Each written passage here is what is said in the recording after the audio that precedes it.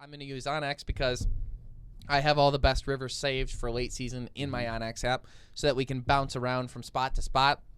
I'm literally obsessed with onX. We are sponsored by them. I'm always transparent with that, but at the same time, it just makes a lot of sense.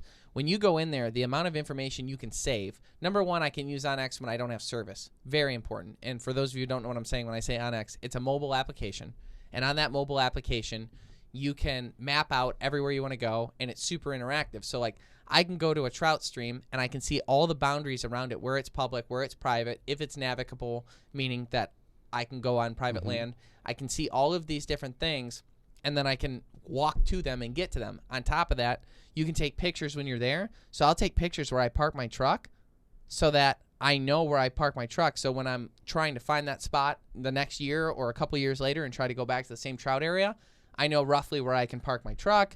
I take pictures of whatever fish I get there and save them to that spot so that I can like go through and be like, oh, okay, these are the 7 fish that I caught on that day. Here's what I caught them on, and here's what the temperature was outside, and then the other information I save in there, and here's a picture of where to park. Here's where I got in, and here's where I got out. And I can mark all those points on there, and it's just saved in there all the time.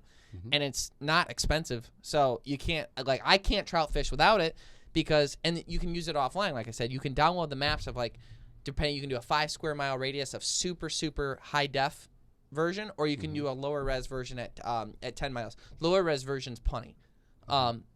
So you got all that range so that, because your phone never has service out there, so you can be protected while you're out there to like find your way back to your truck and everything like that. It saves everything. Regardless, you'll know where you are, whether you're on public land or you've accidentally like, oh, here's private land. Make sure you stay off. Or there. you just got to go through there real quick. No, I'm just kidding. I always pin the spots that people show me whenever I go out with someone and they show me their spot. I always make sure. Also, I do actually do that. That's not really a joke. I really do that. You're savage. But I'm not taking. You don't have to film. You don't have to film trout. You're not. Yes. Yeah. Yeah, you're giving what you want. Yeah. I did use it while I was trying to buy a house, looking at property lines and everything. I would walk the property because some of the places we looked at had acreage, so I'd walk the property and see exactly like where the lines are. Yeah. It shows you every boundary. Yeah. Just to get a better idea of what am I really looking at here. And it's incredibly accurate. Incredibly accurate. So besides that, we're going to be going up to Northwest Michigan.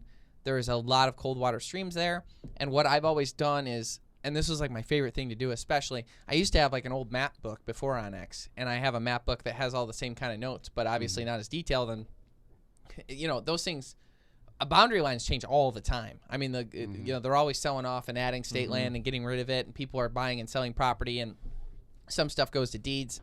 All those sorts of things. The other cool thing about it is you can click on, like, let's say you looked at a piece of private property. You can click on it. It'll show you who owns it, and you can look up their contact information.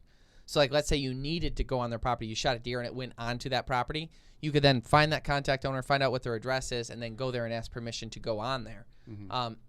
Or they might live out of state or whatever it is, and you can contact them that way. So that's also really beneficial. But we're going to go up there, and I bounce around. I like, okay, this stream feeds off of, this river or that river that's a known blue ribbon trout stream, meaning that it's going to be cold water. Because when you're doing this, you're looking for cold, clean water for trout.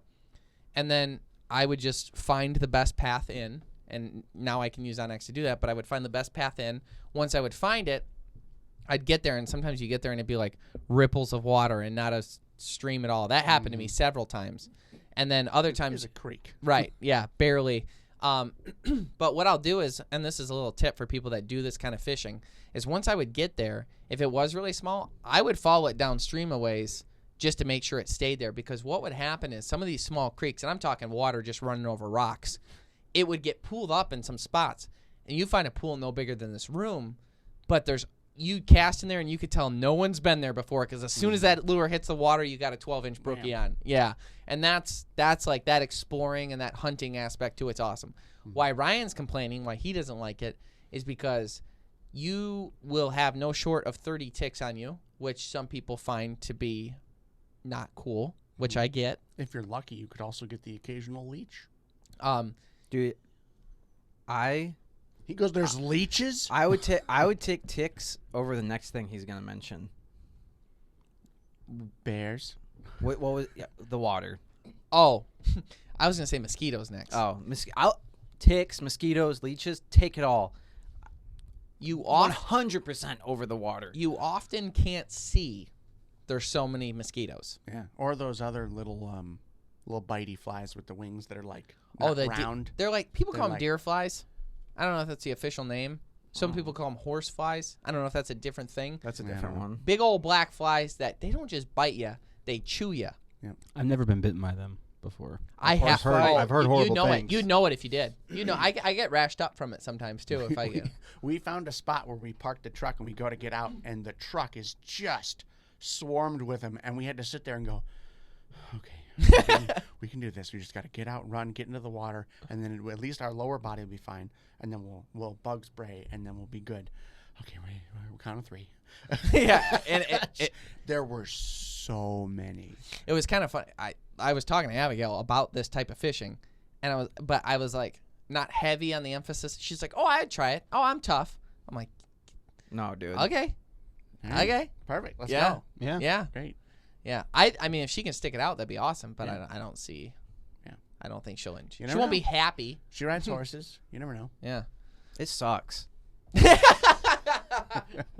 Ryan doesn't like it. Yeah. No, it's a little tough. Yeah. It's It's a niche. I love it. Yeah. I can't Oh, wait to great go. time. Yeah, I love it. If you can get past the mosquitoes, then the other thing is you're looking for 55-degree or colder water to get in. And I don't know if you've ever been in 55-degree water, but that's cold. Chilly. Yeah. I swear. But you go numb pretty quick. If the water was warmer, I would be all about it. Make your knees rattle.